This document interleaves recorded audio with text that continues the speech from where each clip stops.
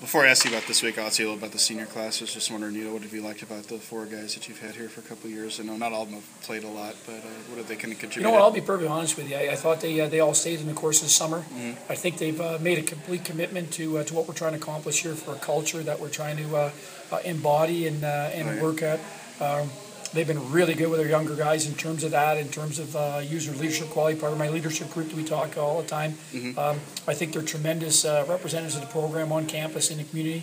They need to do a fantastic job as people. I can't say enough about them in terms of the situation. Now, you said that some of them have worked hard to get in the lineup. Some of them are working hard to get in the lineup.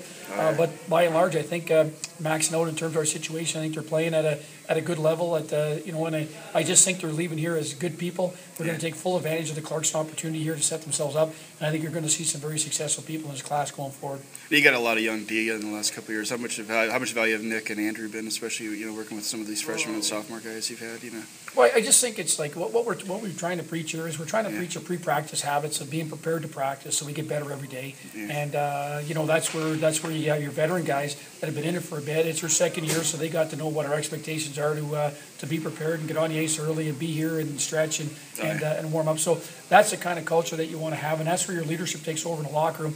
So guys understand the importance of practice, importance of getting better, and importance of handling and treating your body after practice, and they're really good at that. So it's they're good mentors from that perspective. As far as this weekend goes, too, obviously it seems like kind of a big weekend, especially when you guys are closing with 2 tough teams on the road. How key is this weekend? I mean, I know every weekend's important, but to have a possible 4-point weekend this week. We're looking at one game at a time. Obviously, Dartmouth handled us pretty easily at their building. They had the puck for most of the game. They were physically. We didn't have a great game, but by and large, it had a lot to do with how they played against us. So we're focused on Dartmouth here Friday night. We're taking one game at a time. They're all tough games in the course of the season. Everybody's jumbled. I don't know if you can look at. I mean, realistically, Dartmouth's tied with Union, so to speak, and RPI's been a hard. So I don't. There's no separation between these teams. Obviously, Harvard's been hot lately. They've been getting points and plucking at teams here lately. Even though where they stand in the standings, I think they're a tough game. So if we look past Friday, we're sorely mistaken getting by Dartmouth. They're a good team. They're a young team, but they're a good team. They're big.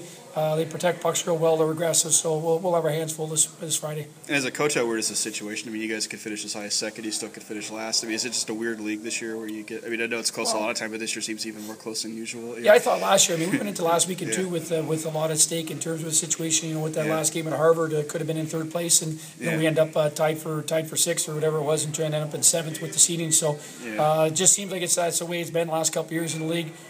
Obviously, there's a couple teams been top heavy both years. This year, it only seems to be one, right?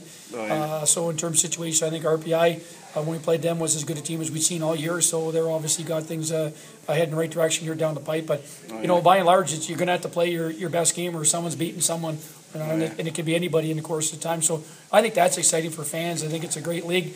We're looking at it from our perspective. We want to play our best. If a team beats us right now, we want them to earn it, and that's where our focal point is.